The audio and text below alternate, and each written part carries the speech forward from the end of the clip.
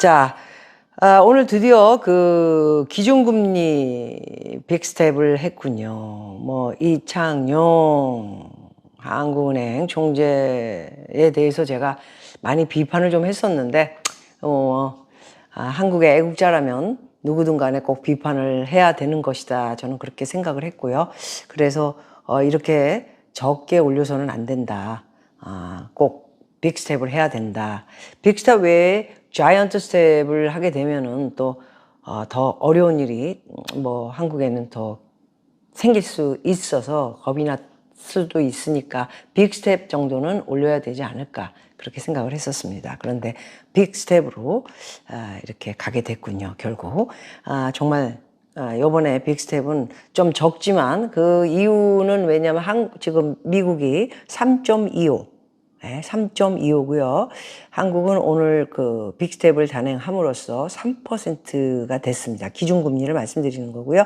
이제 이렇게 되면서 엄청나게 금리가 올라감으로써 기준금리는 3%지만 여러분들이 은행에서 빌려 쓰는 돈은 제가 생각할 적에 이제 처음 이렇게 대출을 받게 되는 경우에는 제가 볼 적에는 한 7%까지 네, 이렇게 대출을 받아야 되지 않을까 그런 생각을 갖고 있습니다.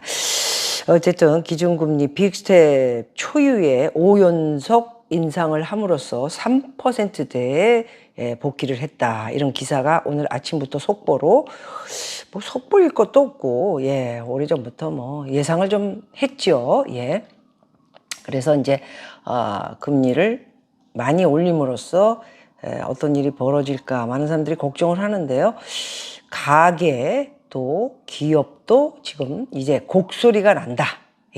그래서 14개월간 이자만 64조가 껑충 뛰는 한국은행의 기준금리 0.5% 올림으로써 엄청난 가계이자 6.9에 대한 증가 추산, 작년 8월 이후 34.5 정도가 늘어 기업도 이자 부담 6조가 늘어났고요. 14개월 새에 30조 추가 증가 추산으로 대출금리 8% 시대가 열렸다. 8% 시대가 열렸다. 이것이 되게 중요한 것 같습니다. 오늘 굉장히 붙들고 있는데 아마도 미국 주식 지금 뉴욕 증권 끝나면서 매파 발언이 어마어마하게 많이 나왔습니다. 사실은 미국 뉴욕에서 이렇게 주식이 막 돌아갈 때 막 이런 발언이 나왔어야 되는데 매파 발언들이 뉴욕 증권이 끝나면서 매파 발언들이 좀 많이 나와서 저는 내일 미국 시장이 되게 안 좋을 것 같아요. 그래서 일단은 여러 이 문제점이 있는 거에 대비해서 연준에 있는 사람들이 무시무시한 이야기들을 많이 했습니다. 특히나 벤 버냉키 아시죠? 노벨 경제학 상을 탔네요. 이 사람이 이거 받아도 될까? 이런 걱정이 듭니다. 사실 이분은 헬리콥터 돈 머니를 뿌렸다고 해서 굉장히 헬리콥터 맨 이렇게 유명하기도 하는 사람인데 이분이 이제 노벨 경제학상을 받았군요. 축하드려요. 어찌됐든 강달러의 신흥국 자본 유출 맞죠? 강달러 계속 강달러를 유지하면서 달러가 올라가게 되면 신흥국의 자본 유출로 인해 환율이 폭등을 하고요. 모든 나라가 디볼트 현상이 일어나고 난리가 날 겁니다. 거기에 대한민국도 들어간다는 말씀드리고요. 중국도 마찬가지고요. 일본도 마찬가지고요. 여러 나라가 이런 위험에 처할 수 있다. 그래서 금융위기 위험하다. 이런 발언을 했습니다. 미국 전 연방준비제도 2006년부터 2번에 걸친 의장을 한 사람입니다. 노벨 경제학상을 수상했고요. 강달러에 대한 신흥국의 자본 유출의 걱정을 말씀하셨습니다.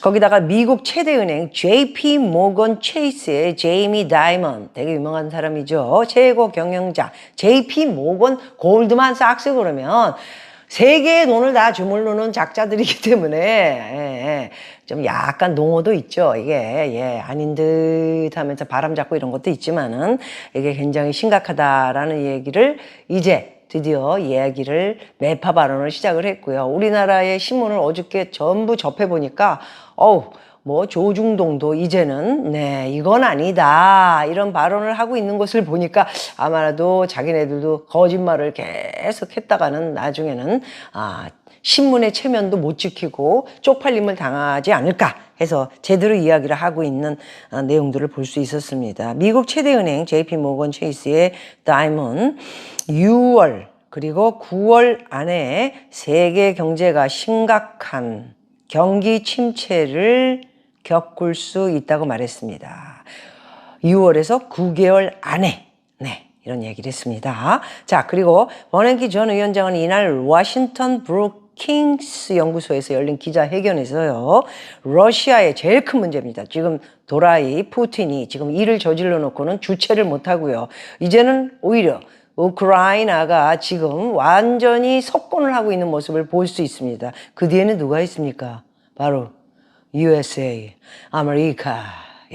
아메리카에서 대량의 어마어마한 최신의 무기들을 날려주면서 바로 그냥 쏴버리니까 지금 견디지를 못하고 다 군인들이 도망가고 땅으로 숨어 있고 이런 현상을 맺고 있죠. 그렇기 때문에 이것이 핵 전쟁까지 가는 뭐 이런 무시무시한 얘기를 하는데 제가 볼 때 푸틴이 핵을 갖다 날리지는 못할 것 같은 그러나 모르죠. 워낙 사이코들이기 때문에. 자, 버냉키 의장의 얘기는 러시아의 천연가스 공급 중단, 강달러에 따른 신흥국 자본 유출, 세계 금융시장에 압박을 주고 있을 것이다. 이런 얘기를 하셨습니다. 그래서 금융이 문제 시작점이 아니라 다른 문제가 금융 여건을 악화한다면 더욱 가중시킬 수 있다.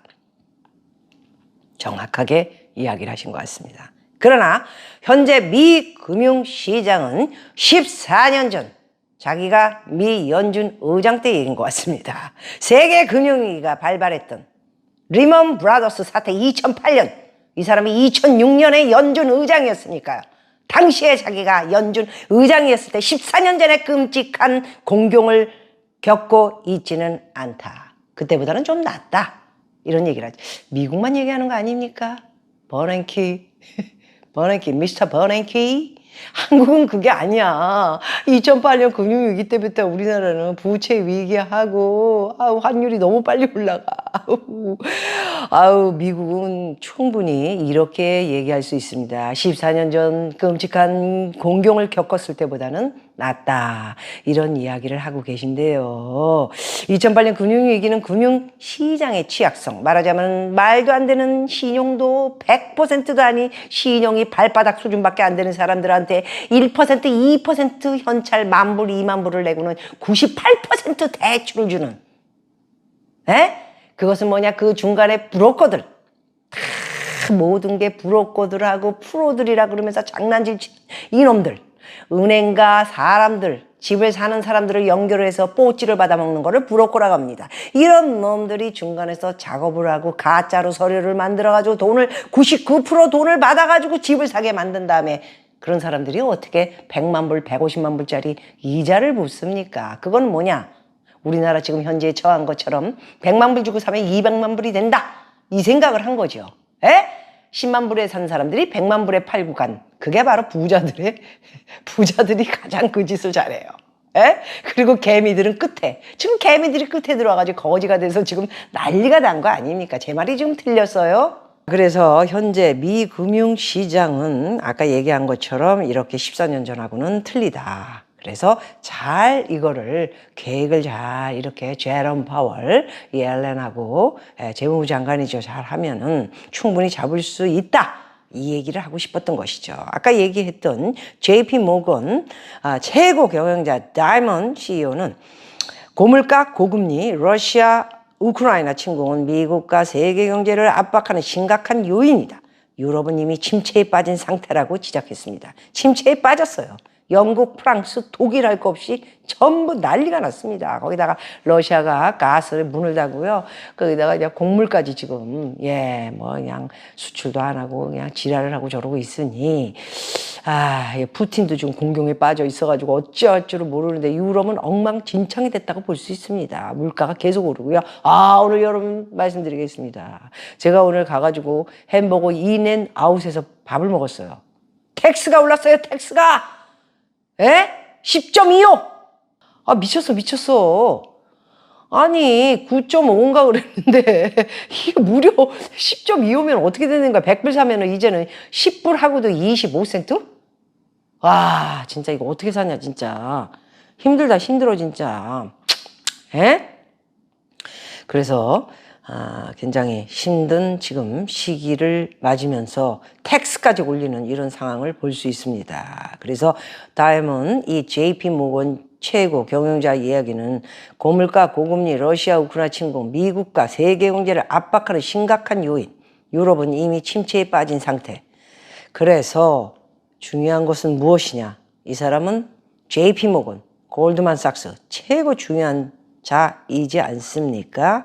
스탠더드 앤 푸어 500 지수가 현 수준에서 20%가 더 하락할 것이다. 굉장히 중요한 이야기입니다. 20%가 더 하락한다. 그러면 우리나라 주식은 얼마가 더 하락해야 되나요? 2천이 빠져서 밑으로 빠져야 정상이다. 이런 이야기를 드릴 수 있겠죠. 라엘 브레이너드 미 연준 부회장입니다.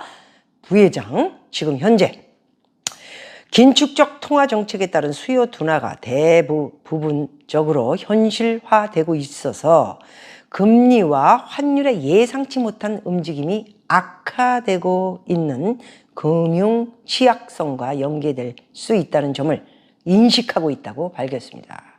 굉장히 어려운 발언을 했다고 봅니다. 그래서 사실 오늘 뉴욕 증시는 300에서 400까지도 포인트가 껑충 뛰어가지고요. 이건 또 뭐지 하면서 보고 있었는데 갑자기 발언들이 세지면서 점점 내려앉으면서 결국 내리다가 겨우 유지를 하면서 37포인트가 8포인트가 올라서 다우존스가 끝났습니다. 물론 스탠더드 앤드 푸어들은 내려서 끝났습니다. 그래서 굉장히 어려운 상황을 내일은 막지 않을까. 그것은 바로 매파 발언들이 이렇게 주식이 다 끝난 후에 나왔기 때문에 레이 달리오라고요. 여러분 헤지 펀드로 유명한 사람은 퍼펙트 스톰이 와서 심각하게 이제 받아들여야 한다. 이런 매파 발언 같은 것을 했고요. 연준의 매파들도 심각하게 금리를 계속 빠르게 더 많이 올려야 된다. 이렇게 얘기들을 했습니다. 자, 이제 우리나라도 대한민국 이제 0.5를 밟았고요. 이제 한 번 남은 것을 0.25냐, 0.5냐